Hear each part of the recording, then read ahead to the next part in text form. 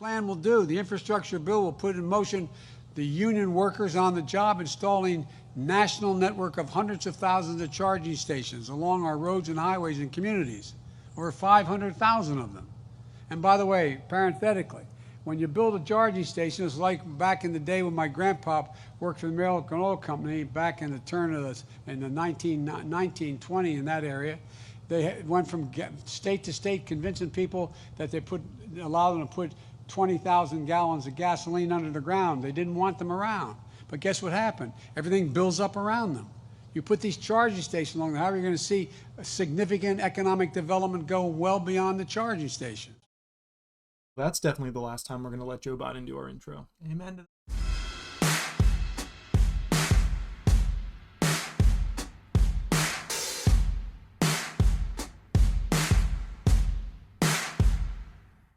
Welcome back to episode 2 of the Talk Shack. It's good to be here. Got my co-host here, Trey, producer Cade Devlin over there. We got Emma here on snacks. Emma over there on snacks. Don't have a camera on her because we are sexist. No, we're not. We're not. She's valued. She's appreciated. She's a huge part of this team. Thank you for being here, Emma.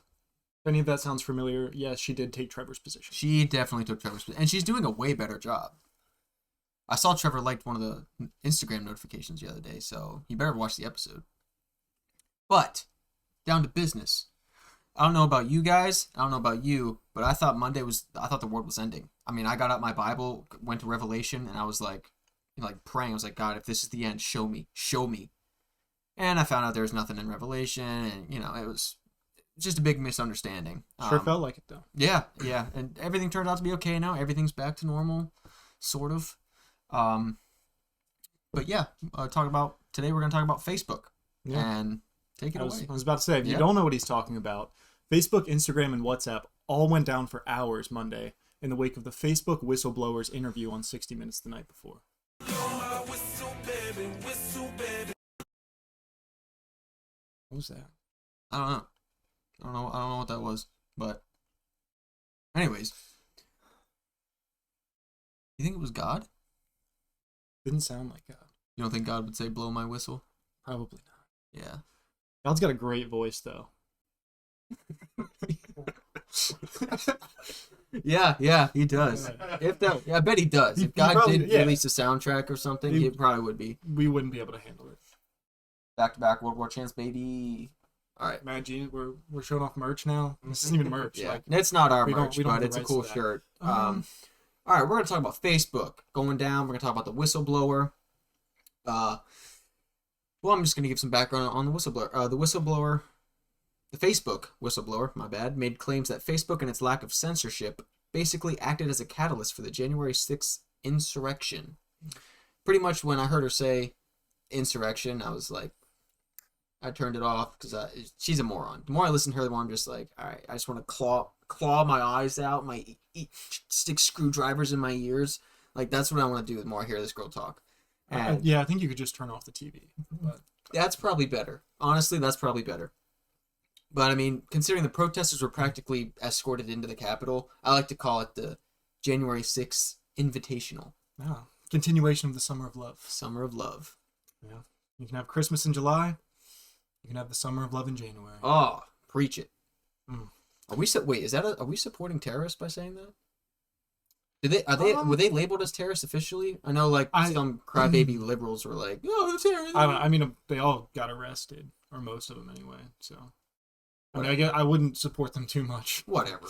We're not supporting them, but was it an insurrection? I'm gonna say no. But that's not what we're here to talk about. That is not what we're here to talk about. We're here to talk about the Facebook whistleblower. Yes. Who was initially anonymous, but has since come forward, and we have their name and identification. So, before we get into this, we want to make sure that everyone knows how to pronounce it, because over the past few days we've heard different pronunciations. Hogan, Haagen-Dazs.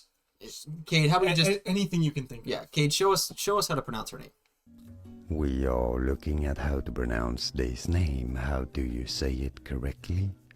Frances Haugen. Frances Haugen. Pretty straightforward once you know Frances Haugen, and now you know. And now you know. Now you know how to say her name.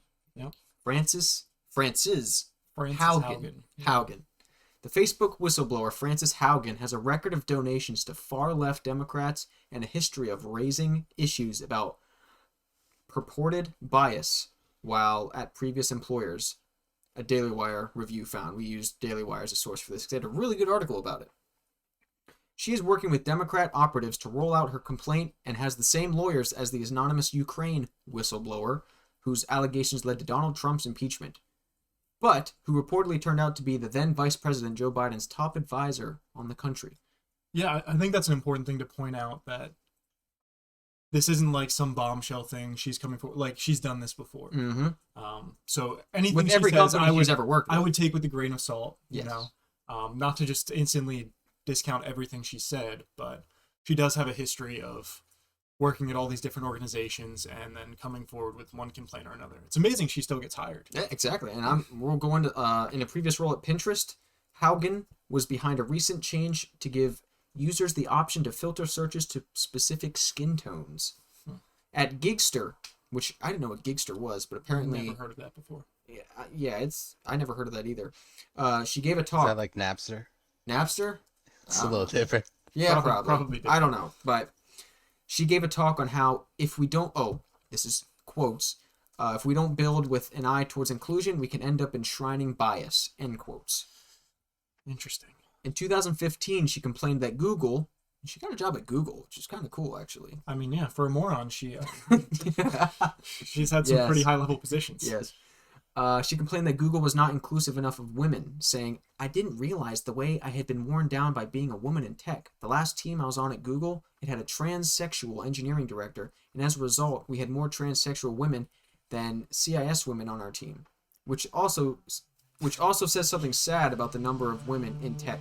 What the heck is a transsexual? What is that? That would be a man who believes it's just transgender. From the context, that would be my guess. And it's also cis women. I don't know if you've ever... Cis? It's cisgender. Yeah. That's what we are. We're what we are? cisgender. Yes. What is that? We're not transgender. So instead of just saying normal... I'm a guy. Yeah. But honestly... Boy or is a girl. Cisgender is the gender that you're born with. So, like, if you are cisgender, you identify with the gender. You identify. Exactly. Yeah. But it is kind of a refreshing This is because stupid. These stupid things, these it's all stupid. I'm going to make a stand for the podcast. This is what we stand on. This stuff's stupid, okay? Do you disagree? I'm not disagreeing. I'm just trying to stay on topic. All right. We did want to keep this episode short. I will talk a little bit about that real quick. Go ahead. Go off. Because it's dumb. If you've heard about the issues with J.K. Rowling kind of coming forward as a feminist, right? Mm-hmm. And she's been called transphobic, all these different things. I'm transphobic. So, I mean, yeah. Dude, listen, want to hear a story? I was at the gas station one time, and this guy, it was a girl, but a guy, I was like, thank you, sir. He gave me my receipt. He's like, would you have a receipt? I was like, yes, sir. Gave it to me, gave me the nastiest look ever. I was like, have a good day, sir. And I left. And I knew it was a female. Or I knew it was a dude thing. Thinking, yeah. Yeah. Was this a person that was born male? Yes. And then was Was trying to be a female. Okay. Oh, yeah. You made it sound He like it was had the a 5 opposite. o'clock shadow, dude. I'm like, I'm not calling you a girl. You're not getting a man. I would say I'm a respectful guy to strangers, all right? If men can have babies, women can have beards. That's all I'm saying. No, men can't have... I'm just kidding. No, they cannot. Can you imagine? This is really off topic, but I've met some Amish women with beards, so I don't know, man. If we have any Amish people listening to this, we shouldn't, because I think that's against your thing or whatever. But actually, if you are rebelling just to listen to us, you're awesome. Okay, I'm assuming if they're rebelling, it's not just to watch our podcast. Probably. But hey, we're glad to have you. Maybe someday. We're glad to have you if you're here. All right, where was I? We were talking about her situation at Google. Yes. So we're gonna move on past that. Haugen has made more than 20 federal campaign contributions this was interesting to me, since 2016, all of which have gone to Democrats. According to the Federal Election Commission data, on January 13th, 2020, Haugen sent money to AOC, I'm not even going to try to, Ocasio-Cortez, congressional campaign, and a further contribution to Courage the Change Political Action Committee, one of the most frequent recipients of her donations was the Democratic Senatorial Campaign Committee. Yeah, I mean, listening to her testimony, you could kind of tell she was very radically left. Mm-hmm. And I think that's just demonstrated even further when you look at those campaign contributions. AOC, someone we recognize, very, very radical, very, very liberal. So that just shows you the kind of people she supports and kind of helps you get a better idea of who she is. Exactly. To give context to what she's saying and what she's coming forward with here. Yep. The Senate Subcommittee on Consumer Protection, Product Safety, and Data Security, which is chaired by Senator Richard Blumenthal, a Democrat, invited her to testify on the panel on Tuesday to air her complaints yesterday. Mm-hmm. Excuse me. Which consist in part of contending that Facebook did not censor enough speech. She says that she was motivated to take action after one of her friends became radicalized by misinformation. Yeah. That's like... What... It's so tricky trying to figure out a good way to approach this. Because in one sense, she's being hailed as this hero coming forward with all this stuff about Facebook and kind of trying to be that hero. Yeah. But, I mean, the clip that they're not showing on YouTube is the Ted Cruz when he, basically grilled her. It's like, do you have all the research available? She basically was, no, they do not. They did not give all the available research. So all she's saying is she read one thing, and we'll get into that later. And, she doesn't even have all the information. Well, she did bring forward some pretty important documents. She did. I think would be helpful. But she didn't bring all of it. But when we look at motives, and I don't really like to assign motives to people without knowing those definitively. I feel like that can often get us into trouble. But she made those motives incredibly clear. Yeah. When she was testifying, she basically argued for a oversight committee of some sort, or she wants the government to run Facebook and basically all social media platforms. Yeah, and she wants to be the head of that. Mm-hmm. So she basically wants to be in charge of Facebook. Get off Facebook. If that happens, get off social media. That's one interesting way to take control of a almost $1 trillion company. Yeah. Why bother working your way up when you can just come forward and get the government involved? Oh yeah, it's lovely. Trey, how about you talk about the social media, how it affects kids? This is pretty important. This is one of the things she brought up. And this is something that we're not going to bash or make fun of because it is serious. Yeah. There were two main things that she kind of brought up. Instagram was the main one for Instagram for kids, and then Facebook as far as elections and radical the January 6th, censorship, basically arguing for more. But one of the important things, and we kind of think this is good that she brought this up. Not kind of, we do think this is good that she brought this up. Because this is something that I feel like we've all kind of known for a while, that social media is not good for us. It's really not. And the longer you've been on it, the more you kind of figure that stuff out for yourself. Yeah. But especially kids, because they don't always know better. And, legally speaking, at least, like they can't consent, they can't protect themselves in this sense. Yeah. So one statistic we found is that more than 40% of Instagram's users are under 22 years old. And Instagram is owned by Facebook, obviously. Yeah, so Instagram, it's all connected. Everything we talk about is connected to Facebook. Yeah. So they've known this for years that it's harmful, right? They've done internal studies. Yep. And they haven't been released until now, and we didn't get the full scope of those. Obviously, she only released a little bit of it. And when Ted Cruz was questioning her about that, she admitted that Facebook had not come forward with all of the data and all of those studies. Yeah. But one of the main things was suicide. Yeah, suicide, and especially she brought up teenage girls, but yeah. We found out it's also really high in young boys as well. Yeah, so Instagram and the negative effects of that have impacted young girls a lot more than they have young boys. Although overall, suicide rates are much higher for boys than they are for girls. Yeah. But specifically due to Instagram. For Instagram. Kind of these expectations that are set for young girls. They see the very best of everyone else, all these Photoshop pictures and all that, and they compare themselves. They compare their worst to everyone else's bests, and it's so obvious that can be harmful. Is it bad that I compare myself? Is it bad that I compare myself to teenage girls on Instagram? They're doing way better than me. I mean, I guess in some ways. I don't take that too far and it gets a little creepy. True. Yeah, you know what? Forget I said that. Yeah. But no, I think we all compare ourselves. You're a pedophile! Typically to people who are more like us, but I've heard some commentary on this issue where they kind of bring up guys as well, like, you see all these pictures of just jack dudes that like you Abs can work down to out their ankles. you can work out your whole life and never look like that. Like it's insane. And what you don't see is steroid use, Photoshop, like all those things.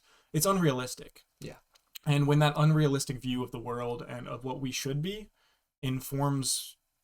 Are you telling me that Mr. Olympia uses steroids? No, those dudes are just crazy, and nobody thinks they can be that. But when you see it on your Instagram, like that's what you think the ideal for men are. Mm-hmm. Like that's what They're I the ones that get all the likes, they get all the follows, and then you got Trey over here that doesn't get anything.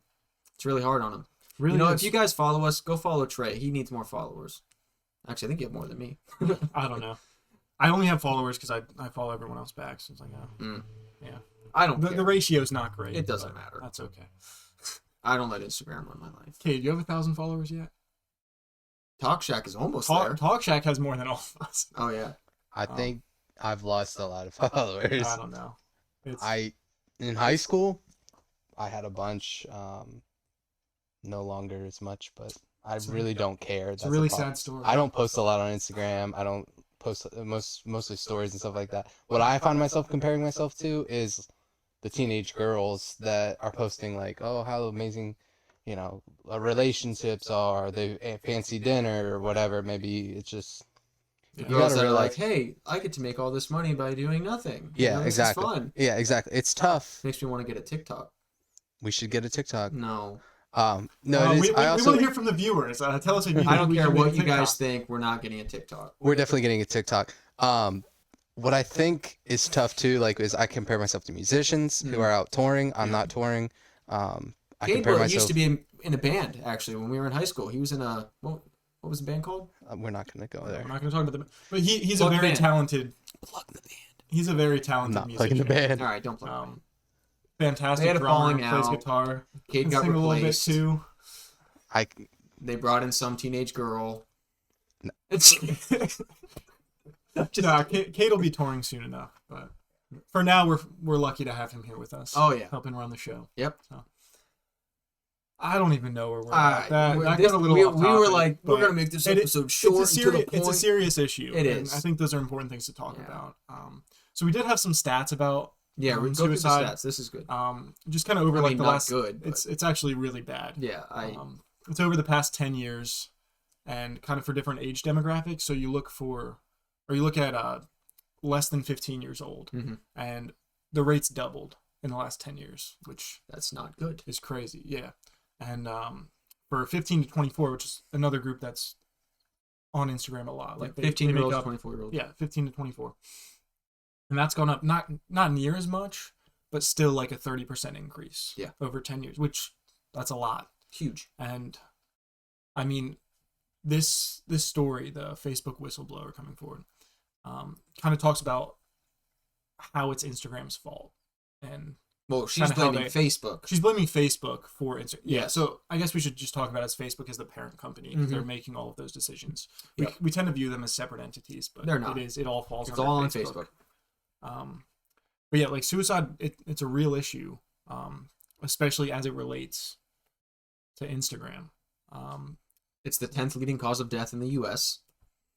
Suicide, not just suicide from Instagram. Yeah, not from Instagram. Whoa, that would be yeah. We would. I need a lot more hearings. I think too. Yeah, there'd be a lot of hearings. I think too that shows like an age group like us, we can understand. When I see somebody's Facebook or Instagram photos, I think we all use Instagram instead of Facebook, except for Seth. But when I use that social media platform, I'm seeing everybody at their best. Somebody that's younger doesn't quite comprehend that, doesn't quite understand that this is not how every single day of my life should be. Exactly. And when they see that and they think every single day of my life should be that, they start turning around and going, my life's awful. And then and they just don't comprehend that that's an issue. You know what I mean? Yeah, I mean, our generation, we look at that and we're like, screw them, whatever. And we just go on and carry on, But for these younger kids, I mean, it's like the thing now. Like when we were younger, it was like sports. We're gonna go out, play outside, play sports. Just we had so much going on. Now it's And COVID, actually, the COVID shutdowns have actually aided. They're spending all their time on social medias now, and these kids are just looking at Instagram, and it's just, oh my life's not as good as theirs. Like, why is it my life? And like, if you're not popular on social media, it's like you don't fit in. Oh, I got more followers than you. Oh, you suck. Yeah. So it's definitely problematic, and it's a tricky issue for a lot of reasons, because you can't just say, okay, Facebook needs to do something different with Instagram. They need to get rid of likes. They need to get rid of comments, whatever. They tried the likes thing, didn't they? Tried to get rid of likes, and it didn't work. It didn't work. Well, the research came back. The research and showed it didn't work. It didn't but work. They weren't gonna take any further steps. Yeah. That was just kind of to appease those in power, just to take some attention off the issue. Yeah. Well, I mean, we were talking about this earlier. I mean, it comes down. I mean, at this point, like, what Instagram isn't going to do anything. Okay, Facebook isn't going to do anything. Excuse me. It's parents' responsibility Exactly. to control what their young kids, are viewing on a daily basis. I mean, yeah, like Cade kind of said, like, we can differentiate. Yeah. We can. I can't even. Now you say it screwed now. up. Yeah, I screwed myself up. Differentiate. Yeah. differentiate. Differentiate. Like the real world and that world. So we don't put as much stock in it. We don't let it affect us as much. But kids, especially young kids, they can't do that. And that's why it's so important for the parents to make sure, like, they have that responsibility to protect their children. We know that social media is terrible for kids' mental health, for everyone's mental health, but kids especially. So that really does fall in the like, you can't just blame the people who make it. Yeah. Like, you're letting your kids consume. You look at it like smoking, right? Look at how many kids. I mean, when I was some of these 10-year-old kids walking around with iPhones, I'm like, I didn't have an iPhone, or I mean, they weren't really popular when we were younger. I mean, iPhone Still though. Yeah, but still, like, iPods, nothing like that. I didn't. I mean, I got an iPhone when I was 18. Yeah. So didn't have an Instagram until I graduated high school. Yeah. So I mean, it's a totally different world now in terms of the younger generations, and I mean, technology is just exploding. It's everything, everywhere. I mean, you heard Joe Biden. Everything's electric now. You know. It always comes back to Joe Biden. It always comes back. Just, if you're gonna blame anybody, blame Joe Biden for everything. Like, who else are you gonna blame? Trump's out of office. Can't blame him for everything anymore. Yeah, but Trump was awful. I mean, yeah, everything was his fault then, but you can't blame him now. Trump was not awful. He wasn't. All right, let's go into the Section 230 debate. Yeah, so this kind of goes off the same thing. So in 2020, there was all these huge issues with censorship. Between Twitter, Facebook, all that, censoring conservatives. We got censored. We got censored a little bit. Our little podcast, the slowest growing, smallest Christian conservative podcast. Oh my gosh. I said your line. That was your line. You added the Christian part. Whatever. Rip off Ben Shapiro. We're Christians, okay? Yeah. But anyways, so we tried to make a Facebook page like 3 times, and the one time I got it to work, they shut our page down in like a day. So yeah, we're still trying. I'm trying to get it back up, but it's not. I don't know. Yeah, whatever. But that was a huge issue for those of you who remember that. There were all kind of Senate and House hearings about that. This whole Section 230 idea. So Section 230 of the Communications Decency Act of 1996 basically outlines this provision where it says no provider or user of an interactive computer service shall be treated as the publisher or speaker of any information provided by another information content provider. What does that mean? So that's really important. So basically, if we look at it in the context of Facebook or Instagram, right? Facebook is not responsible if you post something terrible. Yep. Facebook's not held responsible, and the other users aren't held responsible. The responsibility falls solely on the person who posted it, which makes sense. That's as it should be. Exactly. Right? I would agree. So as long as they're acting as a platform, they can't be held responsible. This gets tricky when you move into the realm of a publisher, right? You cited something from the Daily Wire earlier, right? Yep. So if the Daily Wire published something and there's just something terrible in it, right? Something that they could be sued for. They're responsible for what they publish. Yep. So when Facebook, Instagram, when they get into censoring things, they're kind of becoming a publisher because they're deciding what they put on the platform and what they don't. So it's not even a platform; they're acting as a publisher. Yep. So there were a lot of issues that came from this. A lot of people who were arguing that they should lose their Section 230 status and those protections. So I think that kind of thing gets brought up when we look at it in this context too, where the whistleblower is actually arguing for more censorship, not less. But to wrap our topic up and this episode up in general is the whistleblower, Frances Haugen, is upset that Facebook isn't censoring conservatives as much as she wants them to. Well, even liberals as well. She feels like conservatives should be censored more. She's obviously a liberal. She is totally lefty. Yeah. I'm not going to say she's objective, but she's not specifically saying conservatives need to be. Maybe indirectly. Yes, I'm getting very anti-conservative vibes. Misinformation. Yeah. A lot of words we've heard. Well, she was talking about the election stuff. I mean, she was clearly attacking conservatives in that one in the 60 Minutes interview. Well, yeah, when she talked about the January 6th. Exactly. So she was attacking conservatives.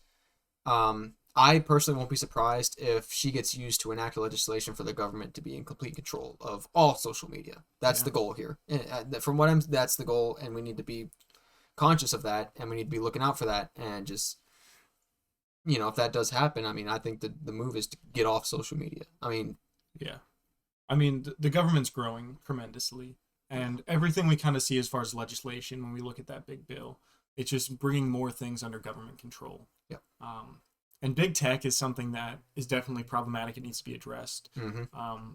There's arguments about monopolies and those should be destroyed, whatever.